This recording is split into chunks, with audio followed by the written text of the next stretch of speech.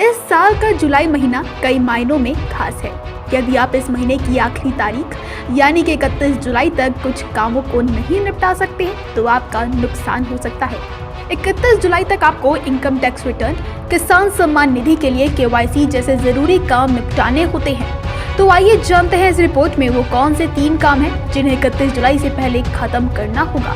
यदि नहीं कर सकते हैं तो फिर किसी प्रकार का आपको नुकसान उठाना पड़ सकता है।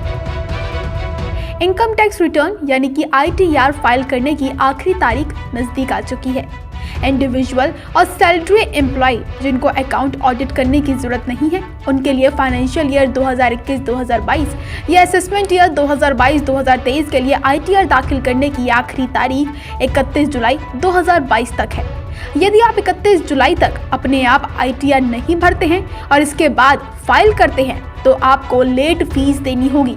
यदि आयकर दाता की कर योग्य आय 5 लाख रुपए तक या इससे कम है तो उसे 1000 रुपए लेट फीस के रूप में चुकानी होगी।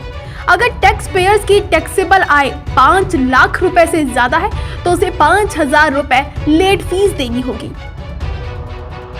प्रधानमंत्री किसान योजना का लाभ ले रहे किसानों के लिए KYC करने की आखिरी तारीख 31 जुलाई है।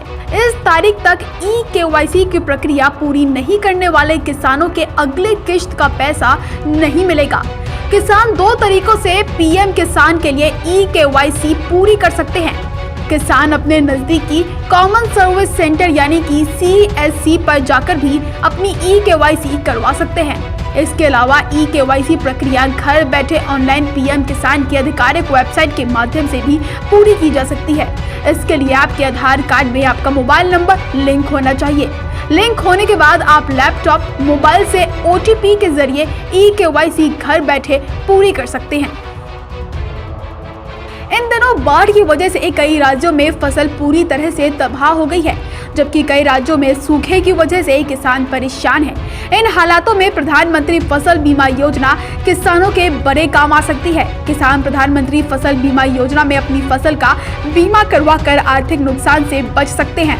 किसान बीमा योजना में रजिस्ट्रेशन कराने की अंतिम तारीख 31 जुलाई है। इसका रजिस्ट्रेशन ऑनलाइन और ऑफलाइन दोनों माध्यम से किया जा सकता है। प्रधानमंत्री फसल बीमा योजना में रजिस्ट्रेशन कराने के लिए अपने नजदीकी बैंक शाखा, सहकारी बैंक समिति, जन सेवा केंद्र, अधिकृत बीमा कंपनी से संपर्क कर सकते हैं या फिर किसान बीमा योजना की वेबसाइट पर जाके आवेदन भी कर सकते हैं।